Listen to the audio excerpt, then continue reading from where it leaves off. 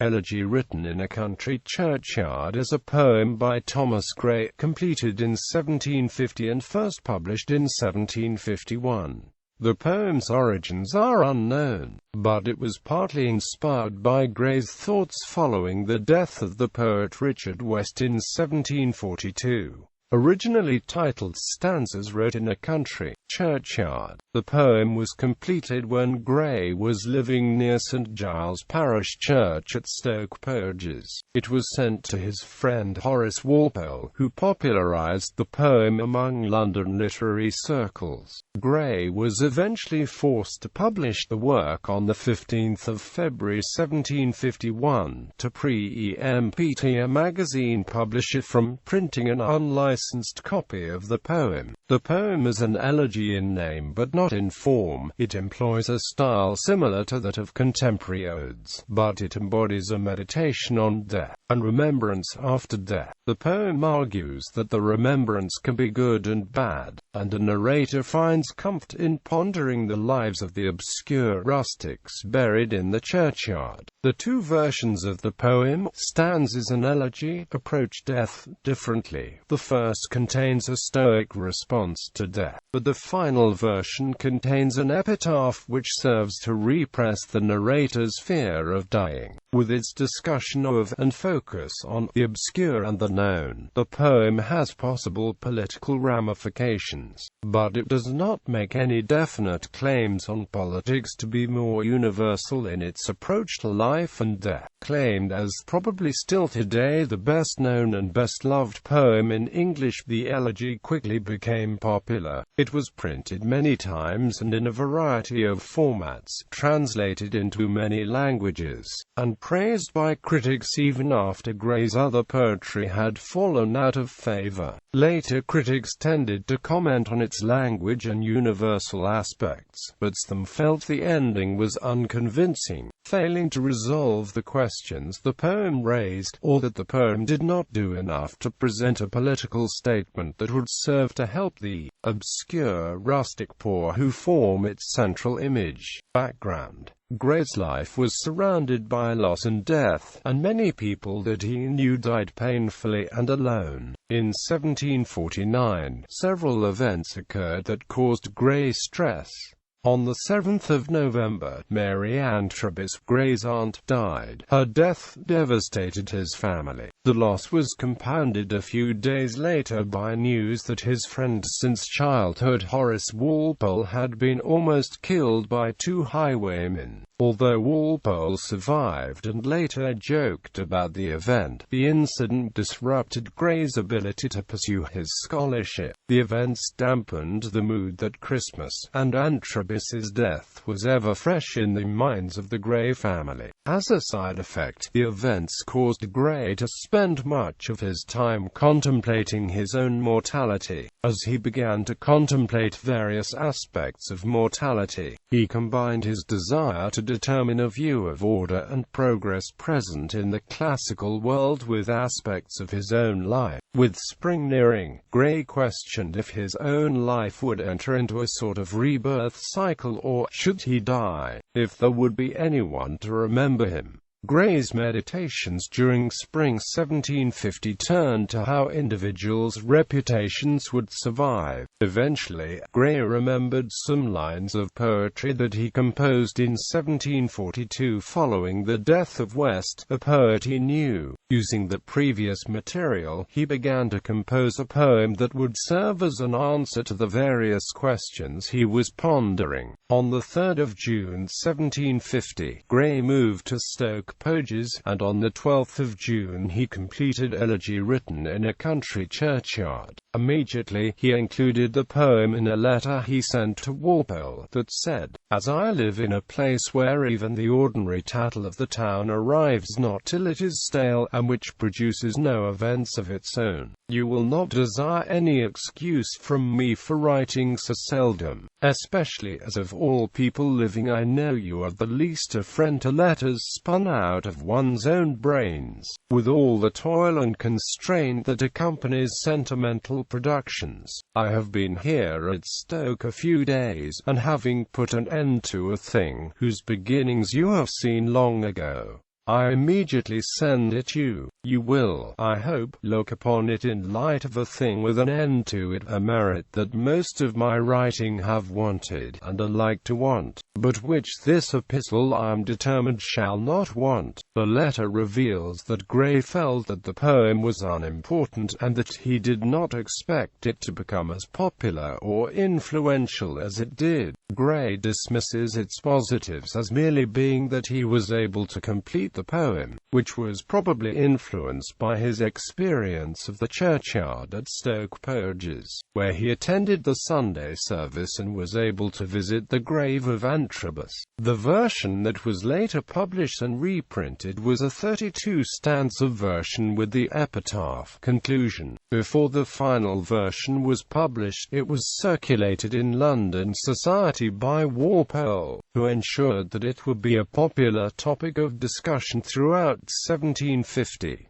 By February 1751, Gray received word that William Owen, the publisher of the Magazine of Magazines, would print the poem on the 16th of February. The copyright laws at the time did not require Gray's approval for publication. With Walpole's help, he was able to convince Robert Dodsley to print the poem on the 15th of February as a quarto pamphlet. Walpole added a preface to the poem reading, "The following poem came into my hands by accident. If the general approbation with which this little piece has been spread may be called by so slight a term as accident, it is the approbation which makes it unnecessary for me to make any apology but to the author, as he cannot but feel some satisfaction in having pleased so many readers already. I flatter myself he will forgive my communicating that pleasure to many more." The pamphlet contained woodblock illustrations and was printed without attribution to Gray, at his request. Immediately after, Owen's magazine with Gray's poem was printed but contained multiple errors and other problems. In a 20th of February letter to Walpole, Gray thanked him for intervening and helping to get a quality version of the poem published before Owen. It was so popular that it was reprinted 12 times and reproduced in many different periodicals until 1765, including in Gray's 6 poems, in his Odes, and in Volume 4 of Dodsley's 1755 compilation of poetry. The revised version of 1768 was the later printed composition. The poem most likely originated in the poetry that Gray composed in 1742. William Mason, in Memoirs, discussed his friend Gray and the origins of elegy. "I am inclined to believe that the Elegy in a Country Churchyard was begun, if not concluded, at this time also, though I am aware that as it stands at present, the conclusion is of a later date. How that was originally I shall show in my notes on the poem." Mason's argument was a guess, but he argued that one of Gray's poems from the Eton manuscript, a copy of Gray's handwritten poems owned by Eton College, was a 22-stanza rough draft of the elegy called Stanzas Wrote in a Country Churchyard. The manuscript copy contained many ideas which were reworked and revised as he attempted to work out the ideas that would later form the elegy. A later copy was entered into Gray's commonplace book, and a third version, included in an 18th of December 1750 letter, was sent to Thomas Warton. The draft sent to Walpole was subsequently lost. There are 2 possible ways the poem was composed. The first, Mason's concept, argues that the Eton copy was the original for the elegy poem and was complete in itself. Later critics claimed that the original was more complete than the later version. Roger Lonsdale argued that the early version had a balance that set up the debate, and was clearer than the later version. Lonsdale also argued that the early poem fits classical classical models, including Virgil's Georgics and Horace's Epides. The early version of the poem was finished, according to Mason, in August 1742, but there is little evidence to give such a definite date. Mason argued that the poem was in response to West's death, but there is little to indicate that Mason would have such information. Instead, Walpole wrote to Mason to say, "The churchyard was, I am persuaded, posterior to West's death at least 3 or 4 years, as you will see by my note. At least I am sure that I had the 12 or more first lines from himself above 3 years after that period, and it was long before he finished it." The two did not resolve the disagreement, but Walpole did concede the matter, possibly to keep the letters between them polite. But Gray's outline of the events provides the second possible way the poem was composed. The first lines of the poem were written sometime in 1746, and he probably wrote more of the poem during the time than Walpole claimed. The letters show the likelihood of Walpole's date for the composition. As of the 12th of June 1750, letter from Gray to Walpole stated that Walpole was provided lines from the poem years before, and the two were not on speaking terms until after 1745. The only other letter to discuss the poem was one sent to Wharton on the 11th of September 1746, which alludes to the poem being worked on. Genre. The poem is not conventional part of the classical genre of theacritan elegy, because it does not mourn an individual. The use of elegy is related to the poem relying on the concept of lacrimae rerum, or disquiet regarding the human condition. The poem lacks many standard features of the elegy: an invocation, mourners, flowers, and shepherds. The theme does not emphasize loss as do other elegies, and its natural setting is not a primary component of its theme. Through the epitaph at the end, it can be included in the tradition as a memorial poem, and it contains thematic elements of the elegiac genre, especially mourning. But as compared to a poem recording personal loss such as Milton's Lycidas, it lacks many of the ornamental aspects found in that poem. Gray's is natural, whereas Milton's is more artificially designed. In evoking the English countryside, the poem belongs to the picturesque tradition found in John Dyer's Grongar Hill, and the long line of topographical imitations it inspired. However, it diverges from this tradition in focusing on the death of a poet. Much of the poem deals with questions that were linked to Gray's own life. During the poem's composition, he was confronted with the death of others and questioned his own mortality. Although universal in its statements on life and death, the poem was grounded in Gray's feelings about his own life, and served as an epitaph for himself. As such, it falls within an old poetic tradition of poets contemplating the legacy. The poem, as an elegy, also serves to lament the death of others, including West, though at a remove. This is not to say that Gray's poem was like others of the graveyard school of poetry. Instead, Gray tried to avoid a description that would evoke the horror common to other poems in the elegiac tradition. This is compounded further by the narrator trying to avoid an emotional response to death, by relying on rhetorical questions and discussing what his surroundings lack. Nevertheless, the sense of kinship with Robert Blair's The Grave was so generally recognized that Gray's elegy was added to several editions of Blair's poem, between 1761 to 1808, after which other works began to be included as well. The performance is connected with the several odes that Gray also wrote and those of Joseph Warton and William Collins. The poem, as it developed from its original form, advanced from the Horatian manner and became more Miltonic.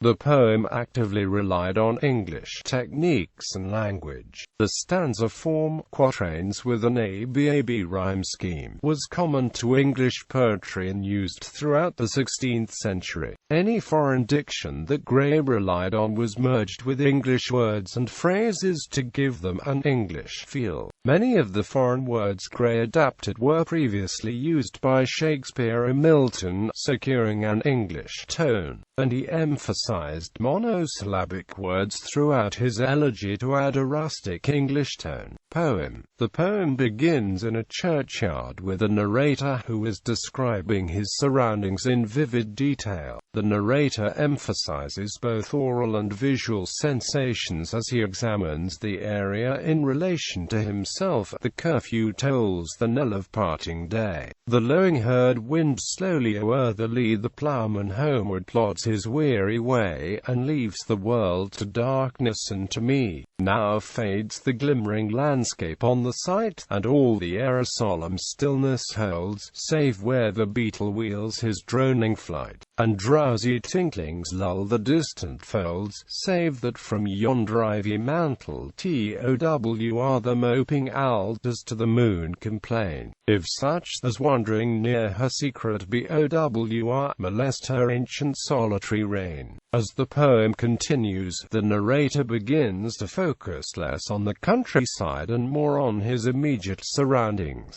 His descriptions move from sensations to his own thoughts as he begins to emphasize what is not present in the scene. He contrasts an obscure country life with a life that is remembered. This contemplation provokes the narrator's thoughts on the natural process of wastage and unfulfilled potential. Full many a gem of purest ray serene, the dark unfathomed caves of ocean bay, full many a flower is born to blush unseen, and waste its sweetness on the desert air. Some village Hampden, that with dauntless breast the little tyrant of his fields withstood, some mute inglorious Milton here may rest, some Cromwell guiltless of his country's blood.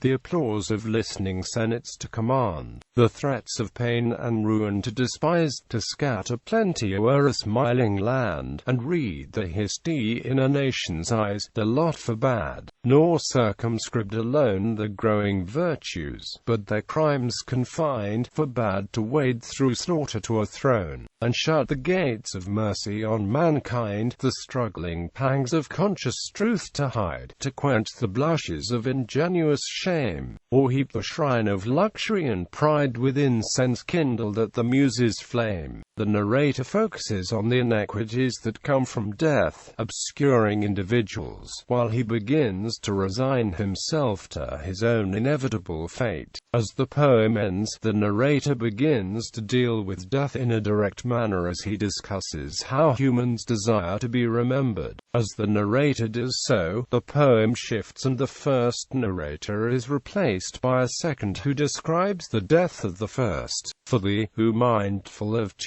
unhewn dead dust in these lines their artless tale relate, if chance, by lonely contemplation led, some kindred spirit shall inquire thy fate. Haply some hoary-headed swain may say, oft have we seen him at the peep of dawn, brushing with hasty steps the dews away to meet the sun upon the upland lawn. The poem concludes with a description of the poet's grave, over which the narrator is meditating, together with a description of the end of the poet's life, there at the foot of yonder nodding beech that wreathes its old fantastic roots high. His listless length at noontide would he stretch, and pour upon the brook that babbles by. Hard by yon wood, now smiling as in scorn, mutting his wayward fancies he would rove, now drooping, woeful one, like one forlorn, or crazed with care, or crossed in hopeless love. One morn I missed him on the customed hill, along the heath and near his favourite tree. Another came, nor yet beside the rill, nor up the lawn, nor at the wood was he. The next with dirges due in sad array, slow through the church-way path we saw him borne. Approach and read the lay, graved on the stone beneath yon aged thorn.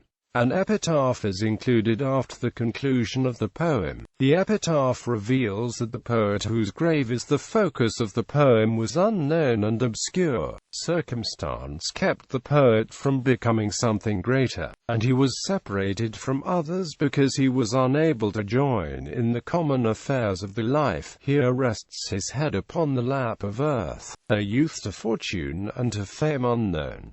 Fair science frowned not on his humble birth, and melancholy marked him for her own. Large was his bounty, and his soul sincere, Heaven did a recompense as largely send. He gave to Masry all he had, a dare, he gained from Heaven a friend. No farther seek his merits to disclose, or draw his frailties from their dread abode, the bosom of his Father and his God. The original conclusion from the earlier version of the poem confronts the reader with the inevitable prospect of death and advises resignation, which differs from the indirect, third-person description in the final version. The thoughtless world to majesty may bow, exalt the brave, and idolize success, but more to innocence the safety than power, and genius conspired to bless.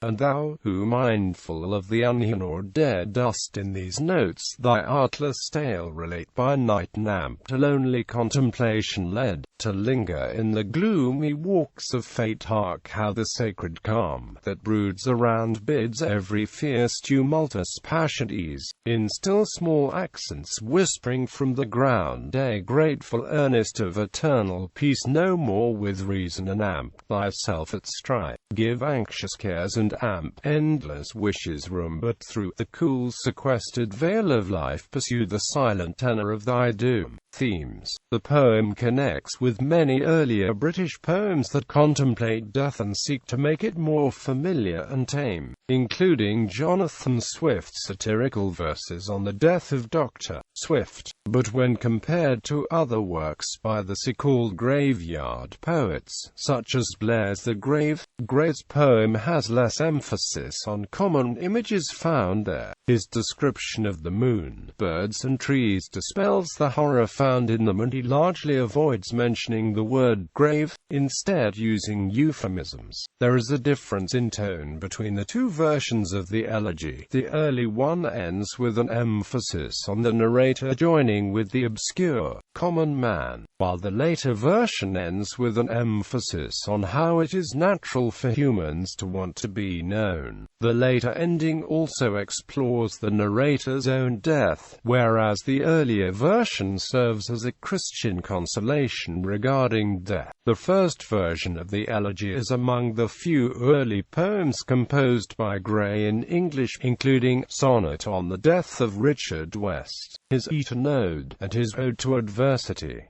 All four contain Gray's meditations on mortality that were inspired by West's death. The later version of the poem kept the stoic resignation regarding death, as the narrator still accepts death. The poem concludes with an epitaph, which reinforces Gray's indirect and reticent manner of writing. Although the ending reveals the narrator's repression of feelings surrounding his inevitable fate, it is optimistic. The epitaph describes faith in a trembling hope that he cannot know while alive. In describing the narrator's analysis of his surroundings, Gray employed John Locke's philosophy of the sensations, which argued that the senses were the origin of ideas. Information described in the beginning of the poem is reused by the narrator as he contemplates life near the end. The description of death and obscurity adopts Locke's political philosophy as it emphasizes the inevitability and finality of death. The end of the poem is connected to Locke's an essay concerning human understanding, in that the beginning of the poem deals with the senses and the ending describes how we are limited in our ability to understand the world. The poem takes the ideas and transforms them into a discussion of blissful ignorance by adopting Locke's resolution to be content with our limited understanding. Unlike Locke, the narrator of the poem knows that he is unable unable to fathom the universe, but still questions the matter. On the difference between the obscure and the renowned in the poem, scholar David Cecil argued, death, he perceives, dwarfs human differences. There is not much to choose between the great and the humble. Once they are in the grave, it may be that there never was. It may be that in the obscure graveyard lie those who but for circumstance would have been as famous as Milton and Hampden. Quote, however, death is not completely democratic because, if circumstances prevented them from achieving great fame, circumstances also saved them from committing great crimes.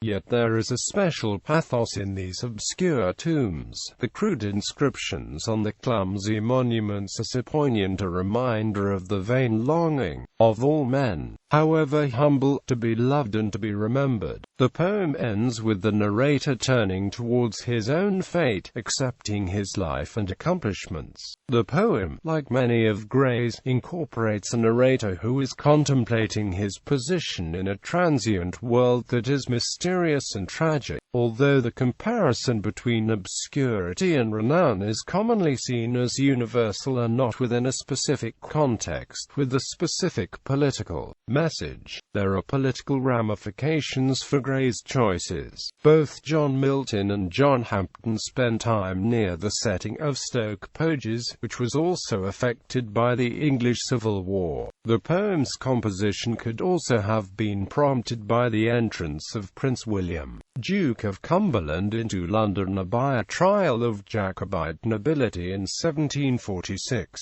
Many scholars, including Lonsdale, believe that the poem's message is too universal to require a specific event or place for inspiration, but Gray's letters suggest that there were historical influences in its composition. In particular, it is possible that Gray was interested in debates over the treatment of the poor, and that he supported the political structure of his day, which was to support the poor who worked but looked down on those that refused to. However, Gray's message is incomplete, because he ignored the poor's past rebellions and struggles. The poem ignores politics to focus on various comparisons between a rural and urban life in a psychological manner. The argument between living a rural life or urban life lets Gray discuss questions that answer how he should live his own life, but the conclusion of the poem does not resolve the debate, as the narrator is able to recreate himself in a manner that reconciles both types of life while arguing that poetry is capable of preserving those who have died. It is probable that Gray wanted to promote the hard work of the poor but to do nothing to change the social position. Instead of making claims of economic injustice,